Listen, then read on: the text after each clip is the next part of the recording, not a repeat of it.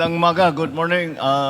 Andito ngayon tayo. Ito, bubuksan natin itong section which is about 4.5 kilometers. Yung dating kalahating oras ng biyahe ay magiging 5 minutes na lang, 6 minutes. Kaya malaking bagay ito. At hindi lang kasi mabibilisan ay dahil ma-relieve din ang traffic. At tinitignan namin doon sa mapa ay yung inaantay natin ng matagal na galing dito sa Silang hanggang Kawit na.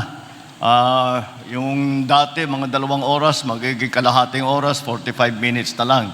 At ulit, kahit na nagtatrabaho ka sa Taguig, pwede kang nakatira dito sa Cavite.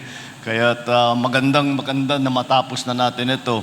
Na this is 10 years in the making.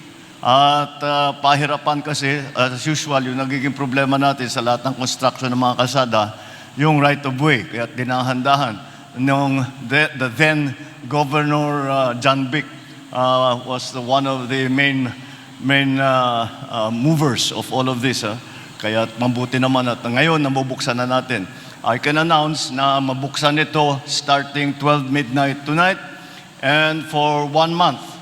Walang muna toll.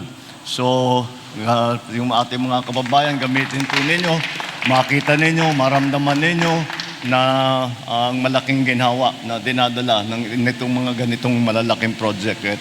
Ay nagpapasalamat tayo sa MVP Group at sa lahat ng mga tumulong at I'm sure ay mararamdaman nga natin ang magiging mas mabilis at mas maginhawa na pagbiyahe na papasok sa Metro Manila. Okay, maraming salamat. Thank you.